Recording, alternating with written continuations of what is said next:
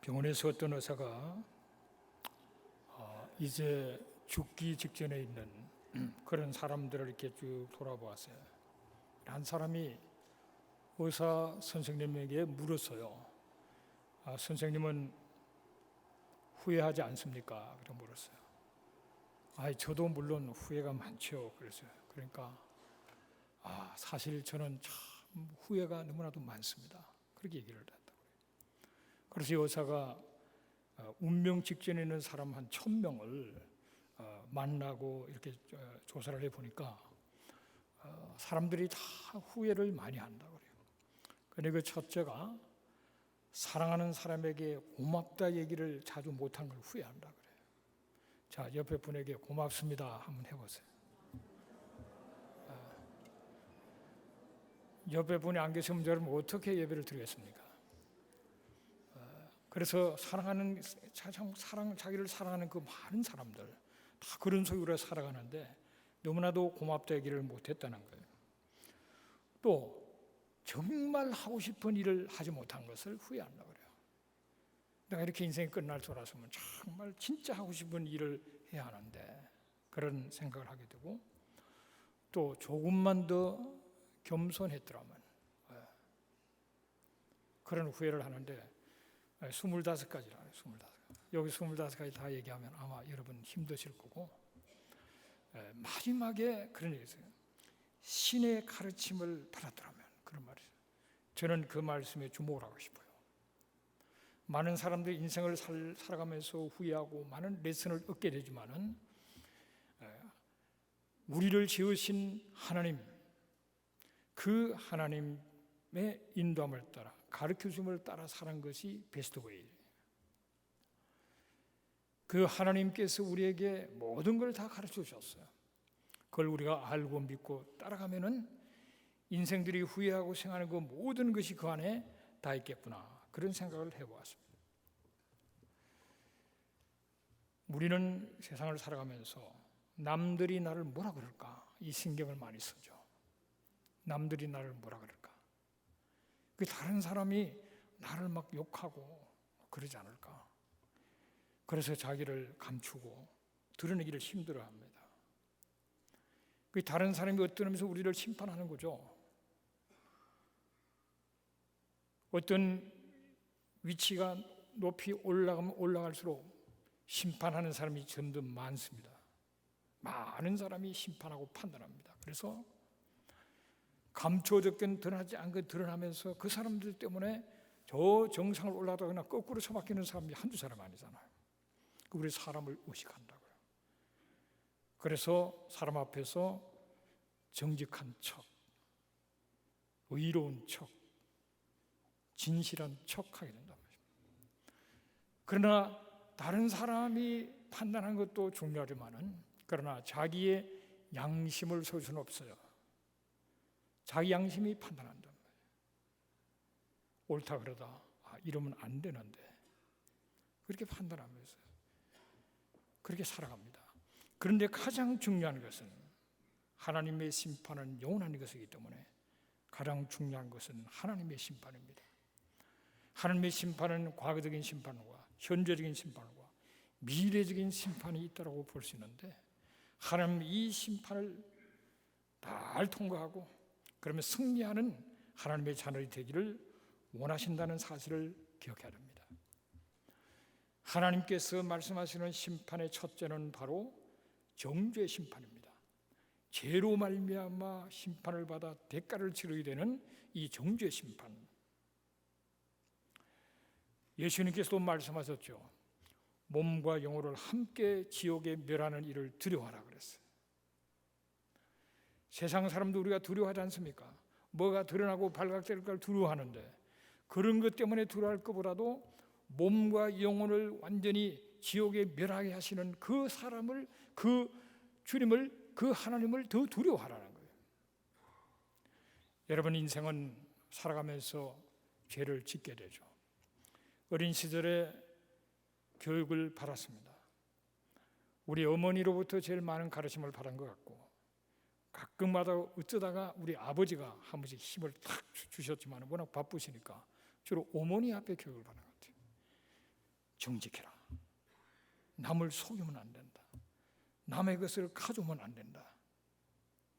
진실해야 된다. 그런 걸 배우면서, 그러면서 나름대로의 기준이 어느 정도 이렇게 형성이 되는 거죠. 그러면서 이제 학교를 가고 자라간다. 그럼 학교를 통해 또 배우고 또 배우고, 그러면서 사람이 남을 속이면 안 되고, 남의 것을 훔치면 안 되고, 거짓말하면 안 되고, 정직해야 되는구나. 그걸 알죠. 그런데 아는데 막상 살아다 보면은 겉으로는 정직한 것 같은데 속으로 정직하지 못하고, 남을 미워하고 마음으로 살인하고 속이고 과장하고 이렇게 살아가는 자기를 보게 된다면, 그러면 양심이 불편해요.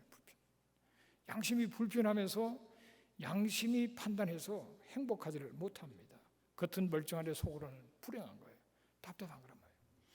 그러면서 인생이 살아가다가 어느 날 이 위선적이고 거짓되고 추악하고 음란하고 남을 미워하고 너무나도 더럽고 추한 자기를 발견하게 돼요. 그러면서 인생 전체를 바라볼 때 인간이 정말 살아가다가 결국은 죽게 되고, 그 다음에는 어떻게 생각해 보면은 뭔가 어떤 두려움 속에서 해결할 수 없는 그 죄의 문제와 그 죽음의 문제 속에서 갈등하고 번민하면서 괴로워하는 그런 자리로 나가게 되었습니다. 당신은 죄인 아닙니까? 다 죄인이죠. 다 그렇게 얘기합니다. 다 죄인입니다. 그러나 그 죄가 얼마나 심각하고 얼마나 추악하고 얼마나 더러운가에 대해서는 그렇게 잘 깨닫지를 않아요. 그러나 어느 날 저 역시 겉으로는 정의, 자유, 진리, 입에 거품을 물고 뭐 들랑달랑 그렇게 했지만은, 그러면서 느끼는 나 자신과 또 입에 거품을 무는 그 친구들을 이렇게 바라볼 때, 그러면 너는 더 정직하나? 너는 더 의로우냐? 아니더라 이 말 아니에요. 내 속에 악이 있고 내 속에 탐욕이 있고 거짓이 있고 과장이 있고 추악하기 짝이 없는 더러운 놈들이 남을 타다하고 공격하면서 살아가고 있더란 말이에요. 그래서 깨달은 것이 이 구제불능의 인생이구나. 권력에 도전하지만 그 놈을 세워놓으면 더 도둑질할 그런 속을 갖고 있는 존재들이에요. 다 죄인이란 말이죠.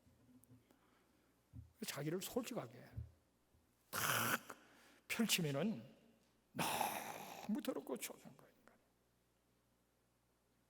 거룩을 얘기하는 사람일수록 더 추악하고 더 위선의 껍질을 쓰고 있는 그런 모습을 보면서 어느 날 지옥이 있고 없고를 떠나서 이거 죽어야 마땅하다. 내 일말에 내 양심으로 바라볼 때 이런 인간은 죽이는 것이 마땅하다. 그래서 성경은 사형하여 마땅하다 그러잖아요. 내가 하나님의 자리를 대신하고 내가 내 인생의 주인이 되고 내가 왕자로 있을 때 인간은 그럴 수밖에 없는 겁니다. 다 얼마나 겉으로 거룩한 척, 의로운 척, 정직한 척 하느냐의 차이지, 속은 다 썩어 있어요. 다 부패되어 있고 죄인으로 태어나서 죄 짓다가 멸망에 처하는 겁니다. 어느 날 그것이 깨달았어요. 이야, 너무 더러운 놈이구나. 너무 추하구나. 너무 위선적이구나. 겉으로 말은 너무나도 잘하지만 썩어 있는 냄새나는 내 자신을 보면서 절망 속에 빠지고, 이건 맞아 죽어도 싸고 이거는 죽어야 마땅한 죄인이다. 그런 그 가운데서 생각이 났어요. 예수님이 죄인을 위해서 십자가에 못 박혀 2000년 전에 갈보리 언덕에서 죽었다는 그 얘기가 한두 번 들은 얘기가 아닌데, 그날 내게 확 예수가 인류를 구원하기 위해서 죽으신 예수는 날 위해서 죽으신 거구나. 나 같은 더럽고 추악한 이 냄새나는 위선적인 정말 부정직하고 악한 이 죄인을 살리고자 예수님이 죽으신 거구나. 그게 팍 깨달아서, 그러면서 깨달은 것이 결국은 내가 살기 위해서는 예수가 죽어야 되는 거구나. 결국은 내가 예수를 죽였구나. 그것이 깨달아진 거예요.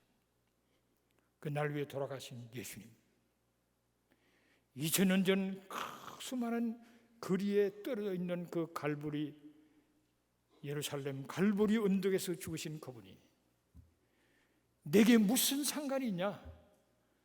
그 나사렛 청년이 나하고 무슨 상관이 있냐?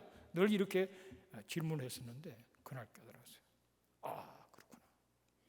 하나님은 무소부재하시고 하나님은 영원하신 분이기 때문에 2000년의 그 전에 시간적인 그 모든 것을 하나님은 초월하시고, 무소부재하신 그 하나님은 그 먼 거리 그 공간도 초월하시고, 히브리서 13장 8절 말씀처럼 예수 그리스도는 어제나 오늘이나 영원토록 동일하신 그분, 나를 위해서 죽으셨구나.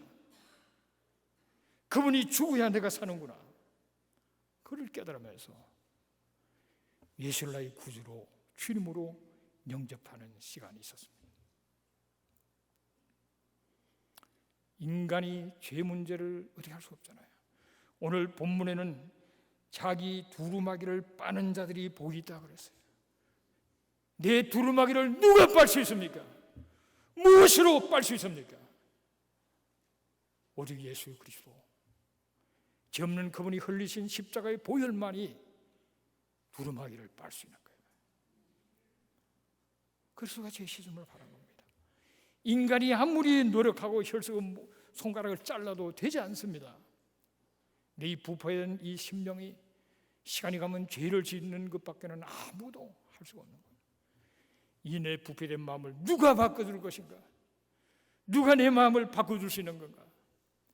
인간의 그 누구도 어떤 사건도 될 수 없는 것을 예수님은 날 위해 죽으시고 사흘 만에 다시 살아나심으로 내 이 모든 내 자아를 그분의 생명으로 바꿔줄 수 있는, 부패된 내 마음을 새로운 마음, 새로운 피조물로 바꿀 수 있는 그 능력이 그분에게 있는 거죠.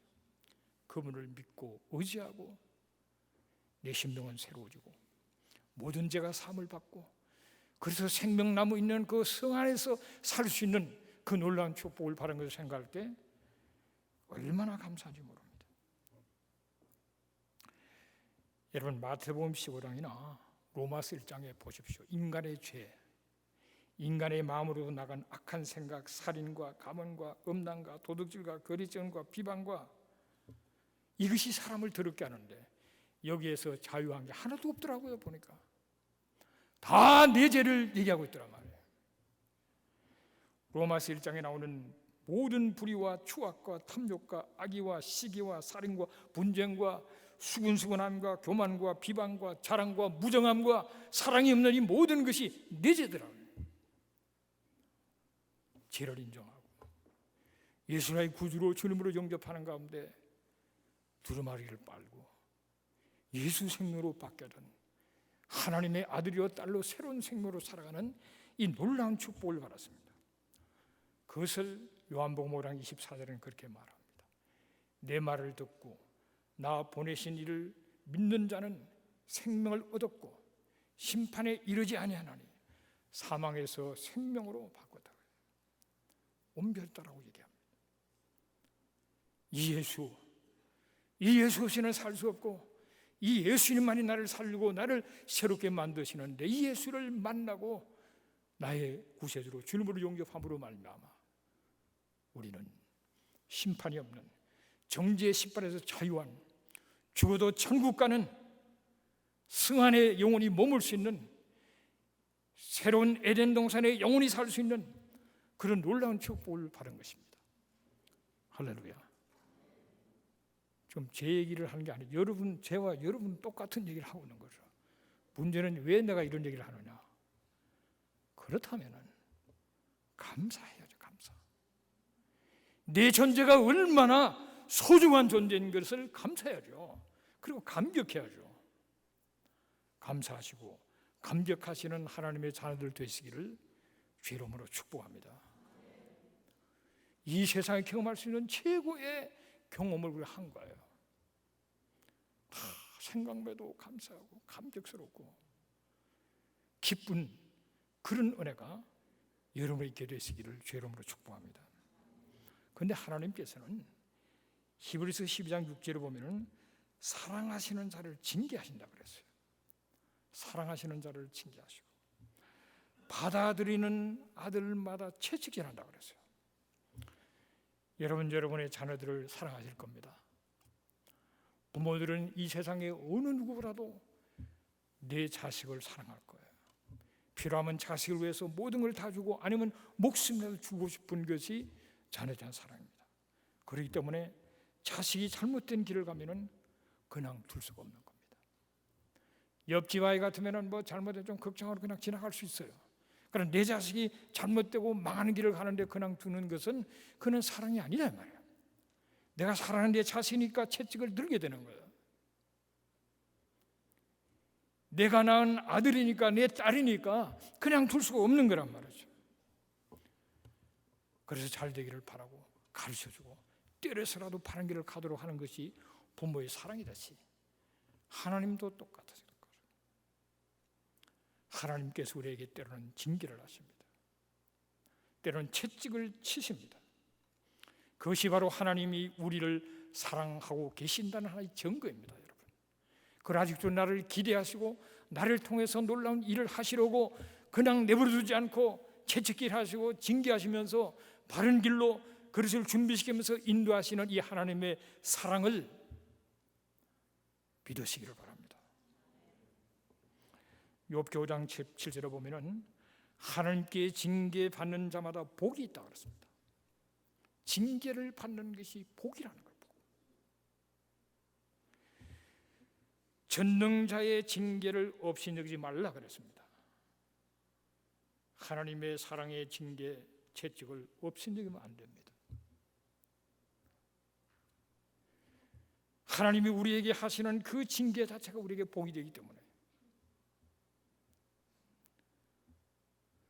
어머니가 망나니 아들을 너무 사랑해서 때리다가 바로잡으라 그래도 안 되니까 어느 날은 눈물을 뚝뚝 흘리고 그러니까 그 아들이 그날부터 바뀌어버렸다 그래요. 아들이 잘 되기를 바라는 거예요. 어떤 어머니는 자기의 종아리를 쫙 때려서 피투성이가 돼도 때린 걸 보고 무릎을 꿇고 다시는 그러지 않겠다고. 그래서 그 아들을 바르게 잡는 게 그랬어요. 그게 부모의 사랑이잖아요.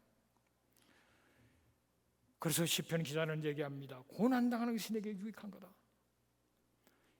그런 말면서 내가 하나님의 율례, 하나님의 뜻을 내가 알게 되었다. 그렇게 고백하는 겁니다. 그런데 우리는 참 듣기 싫죠, 그죠? 듣기 싫습니다. 저도 어려움 속에 있을 때 후배, 지금 다 훌륭한 목사님이 됐는데 후배가 카드를 보내왔어요. 시편 119편 71절 고난당하는 것이 내게 유익이라. 기분 떠름하더군요. 더군다나 후배가 이렇게 누가 그걸 모르나? 기분 떠름하더라. 그런데 그게 사실이에요. 그게 하나님의 진리의 말씀입니다.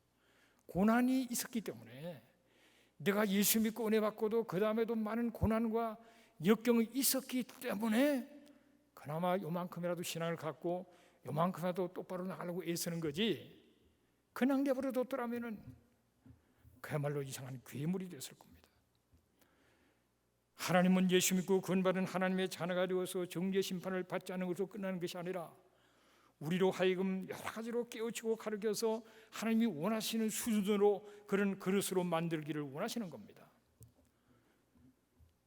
여러분, 처음 예수를 믿게 될 때는 뭐 막연하게 참 내가 죄인이구나 이렇게 생각했는데, 그건 예수를 믿고 구원을 받고 그 다음에 가만히 생각해 보니까 나는 너무나도 더러운 죄인인 거예요. 내가 예수 믿고 죄사함을 받고 하나님의 자녀된 신분은 의로운데 실제적으로 내가 살아가는 내 삶을 보고 내 생각을 흐름을 볼 때 나는 죄인이요 위선적이요 추악한 모습이 너무나도 많더라는 거예요. 믿지 않을 때의 기운과 믿고 나서 때로는 직분도 없고 신앙생활을 하고 뭐 이런 가운데서 은혜도 체험하고 거기에서 자기를 바라볼 때 더 날카로운 눈으로 하나님의 말씀으로 바라볼 때 너무나도 문제가 많구나 깨닫게 되는 겁니다. 내게는 시기가 없는가? 불의가 없는가? 미움이 없는가? 악한 생각이 없는가? 수근수근한 게 없는가? 비방이 없는가? 과장이 없는가? 속을 펼쳐놓고 보면은 너무너무 더러운 것들이 많다 이 말이에요. 그래서 우리가 처음에 내가 죄를 깨닫고 예수 없이는 살 수 없구나, 주께로 나아가서 구원을 받습니다. 그러다가 구원을 받고 막상 이제 성경을 읽고 감사하고 살아보니까 더 괴로운 거예요. 이 위선적이고 모순적인 추하고 더러운 냄새나는 나를 보면서 막 소름이 끼치는 거예요. 그래서 하나님 앞에 나가서 회개하기 시작하는 겁니다.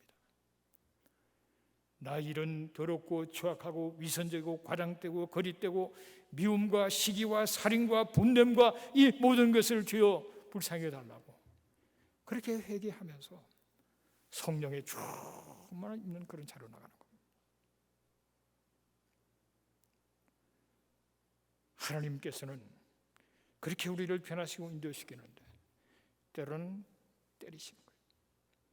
갑자기 질병으로, 갑자기 사업이 막 완전히 망가져버리고, 갑자기 무슨 문제가 생기고 막 그 정신없이 만드는 그런 가운데서 우리로 하여금 정신을 못 차리게 만들어서 자기를 살펴보고 깊이 묵상하면서 아하,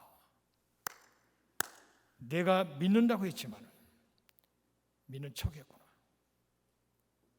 내가 기도했지만은 기도하는 척했구나. 내가 영혼을 사랑한다지만 사랑한 척했구나. 위선적이고 모순적인 자기를 발견했다. 그러면서 자기를 바라보면서 하나님 앞에 회개하고 은혜를 받는 가운데 우리가 변화되기 시작하는 겁니다. 그리고 한 신문에서 좀 더 나은 자리로 올라가다가 또 넘어지면 다시 올라가면서 하나님은 우리로 하여금 정말 하나님의 아들답고 딸다운 모습으로 빚어주시는 그런 역사가 있는 줄로 믿습니다. 하나님은 우리를 사랑하시기 때문에 그냥 내버려두지 않습니다. 성령의 내적 열매, 성령의 열매를 맺으면서 주님을 인격적으로 닮아가기를 원합니다. 사랑과 희락과 화평과 인내, 자비, 양성, 충성, 의 절제의 열매를 맺으면서 점점 더 주님을 닮아가기를 원합니다. 껍데기만 닮은 게 아니라 겉으로만 사랑이고 겉으로만 평하고 겉으로만 기쁜 게 아니라 성령의 역사심 속에 우리의 내면에부터 내적인 열매를 맺으면서 변한 모습으로 나가도록 그렇게 우리를 인도하시는 거예요. 얼마나 감사합니까, 여러분? 그러면서 우리에게 주신 그 사명을 감당하기 위해서 우리를 깨우쳐 주시고 인도하시고 앞길을 여시고 이끄시면서 천하보다 소중한 영혼을 구원시키면서 이제 점점 자라면 자랄수록 이 시야가 넓어서 전 세계를 바라보면서 주님의 오실 길을 눈으로 바라보면서 그를 위해서 애쓰고 수고하면서 기도하며 물질로 헌신하면서 주의를 감당하는 그런 자로 나가서 열매를 맺게 만드시고, 근데 우리들이 그를 잘 감당을 못하니까 하나님은 깨닫게 해주시는 거예요.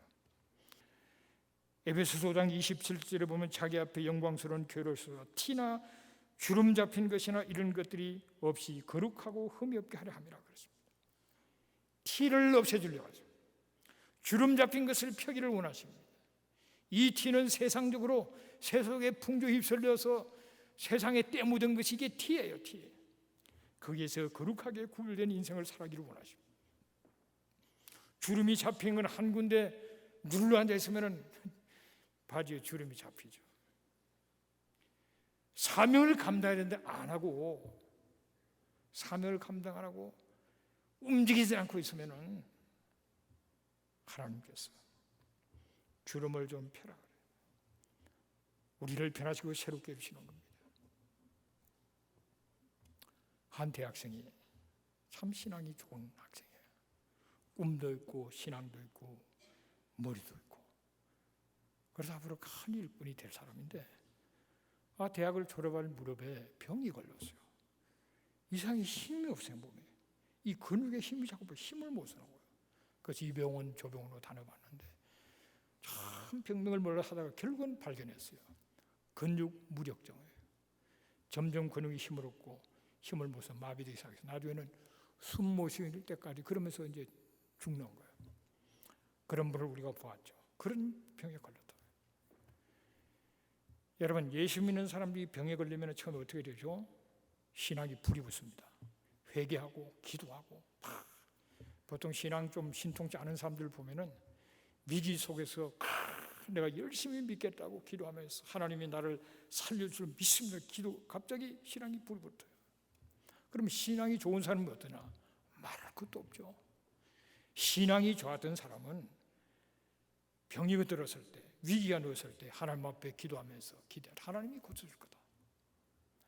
하나님이 나를 더 크게 축복하시고 역사하실 거다는 그런 믿음으로 더 기도하게 되죠. 1년이 지났어요. 2년이 지났어요. 3년이 지났어요. 점점 몸은 더 망가져 가면은 나중에 사람이 하나님 위해서 오심하게 돼요. 야, 이거 내가 지금 믿던 그 하나님이 아닌가? 전능하신 하나님, 병든 자를 고치시고 죽은 자를 살린 그 하나님은 도대체 어디 계신 건가? 이 뭔가 지금 이게 왜 이런가? 헷갈린단 말이에요. 그런데 그 가운데서 믿음으로 기도하며 싸우면서 버티고 나가는 겁니다.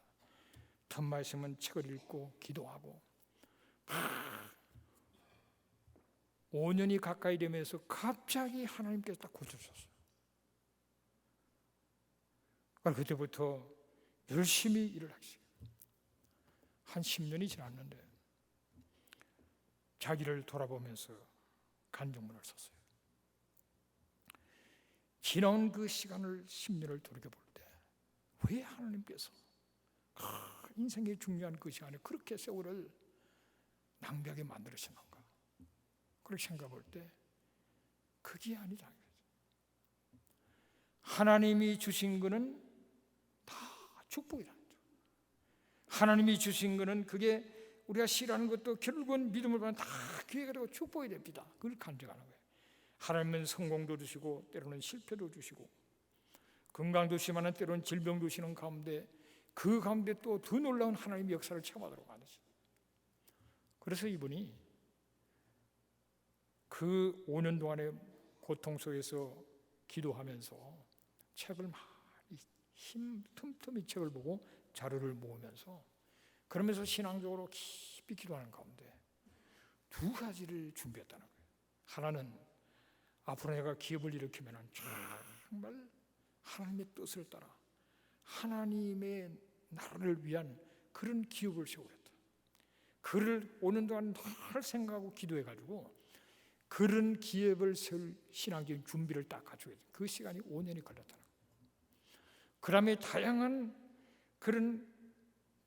사람들과 다양한 그런 일을 할 수 있는 다양한 그런 지식을 습득할 수 있는 기회가 되어서 막상 병고침을 받고 사업을 일으켜 나갈 때 그 모든 것이 도움이 돼가지고 큰 기업을 이루었는데 그것이 바로 이랜드 그룹을 얘기하는 겁니다. 박성수 사랑의 고백이에요. 그 고난은 내게는 축복이었다. 그 기다림의 시간이 너무 힘들었지만은 그러나 그 시간에 하나님은 다른 걸 준비시켜서 그런 큰 기업을 이루고 하나님 앞에 영광 돌릴 그 수많은 간증이 쏟아지는 기업을 이룰 수 있는 그릇을 준비시켰던 거예요. 그래서 자기는 하나님이 주신 것은 다 복인 줄로 압니다. 그렇게 고백을 했습니다.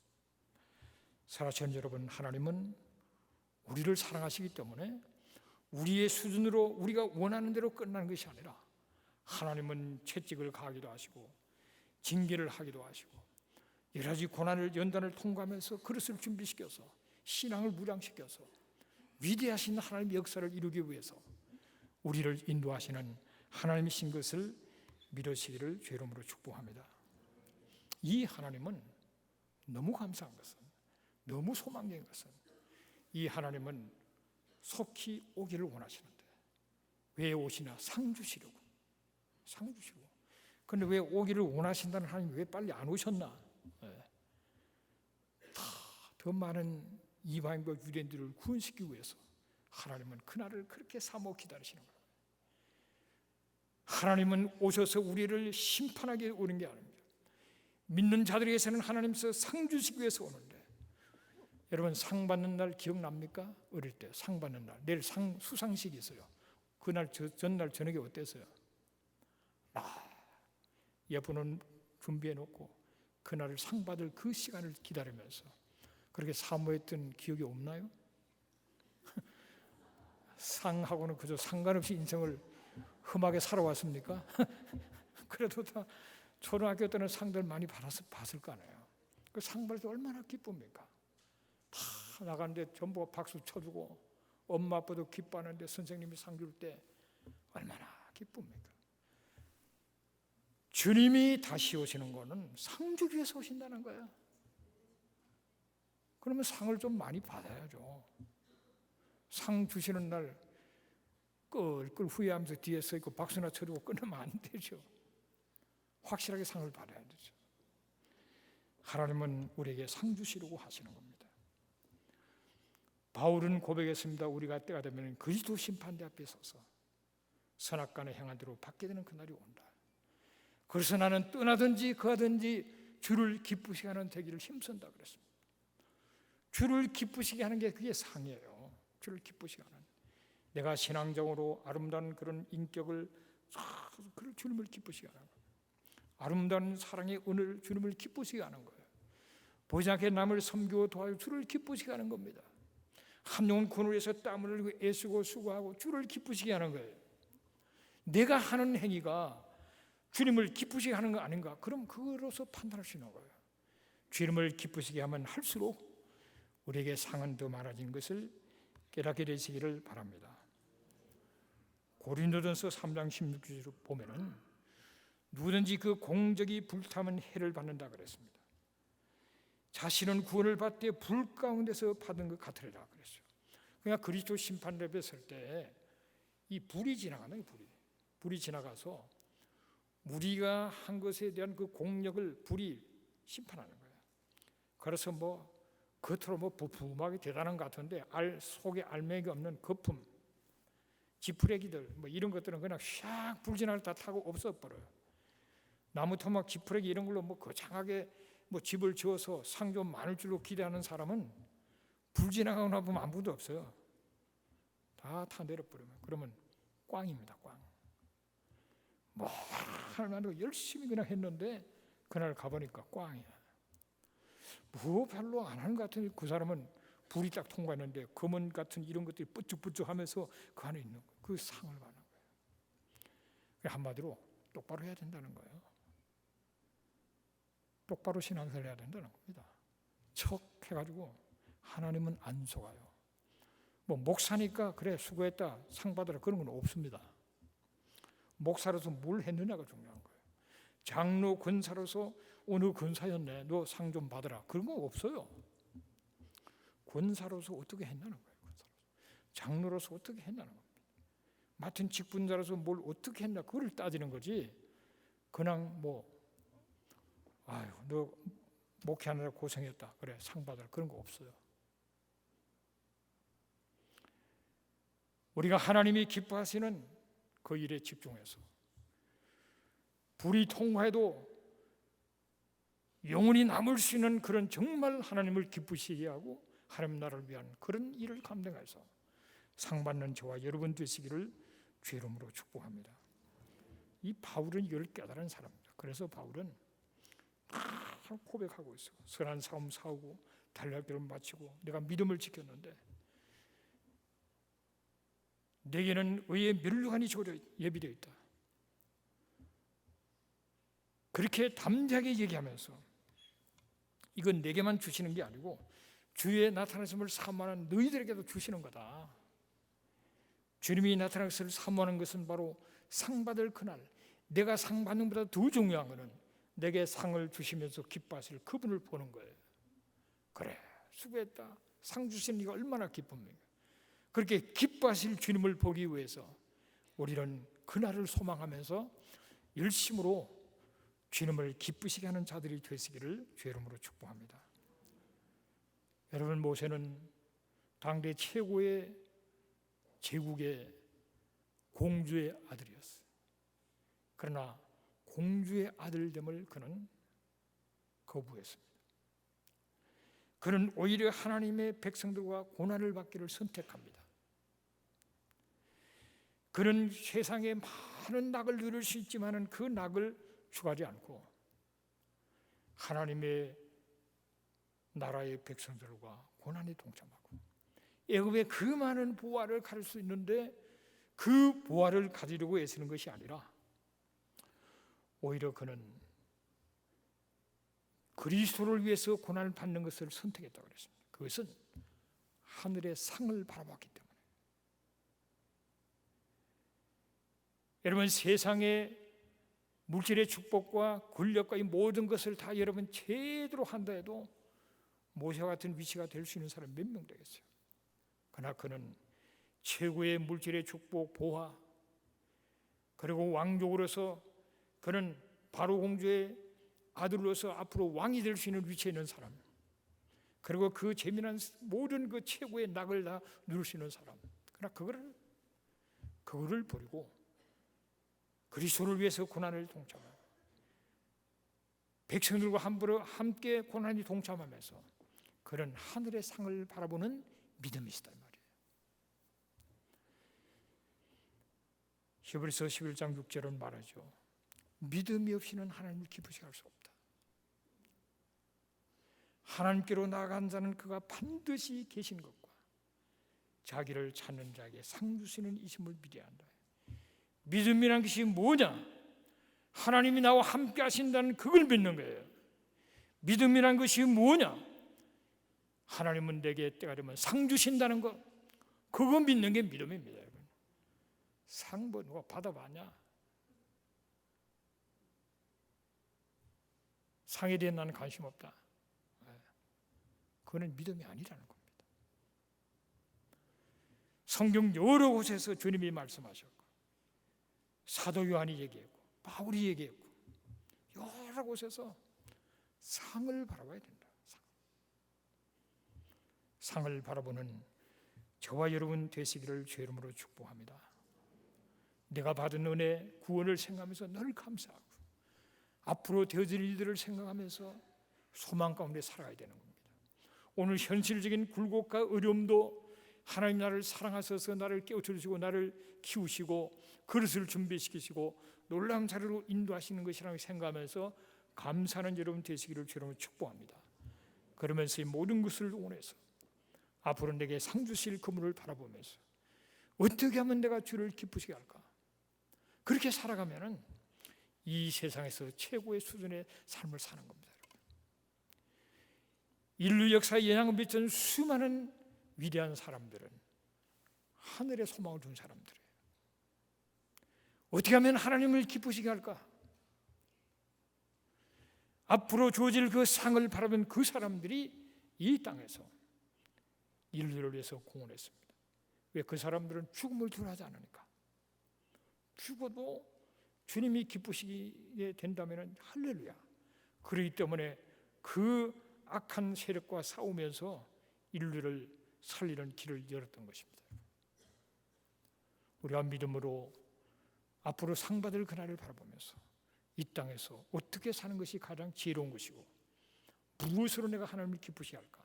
그렇게 생각하면서 감사와 소망 가운데 승리하시기를 주의 이름으로 축복합니다. 기도하겠습니다.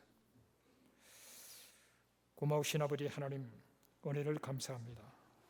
예수 믿고 구원을 받음으로 심판이 없는 그런 복을 받고 영원한 천국을 소망하면서 살아갈 수 있는 축복을 주신 것을 감사드립니다. 그러나 현재적인 삶 속에서 현재적인 심판이 있어서 우리가 잘못될 때 깨우쳐 주시고 바른 길을 인도하시며 우리에게 주어진 기회를 통해 하늘의 상을 쌓도록 하나님께서 깨우쳐 주시고 때론 징계의 채찍으로 우리를 인도해 주시는 것을 감사합니다. 하나님께서 우리를 사랑하신 정건 줄로 믿습니다. 하나님의 선하심 인도하심 속에 어떻게 하면 주를 기쁘시게 할 것인지 내 인격의 변화, 신앙의 변화와 그런 삶의 변화와 은혜의 변화와 그리고 하나님 주신 사명을 어떤 대가를 치르더라도 감당하면서 나가는 가운데 주를 기쁘시게 하며 하늘의 상 받는 복된 삶이 되어줄 수 있도록 축복하여 주옵소서. 예수님의 이름으로 기도합니다. 아멘.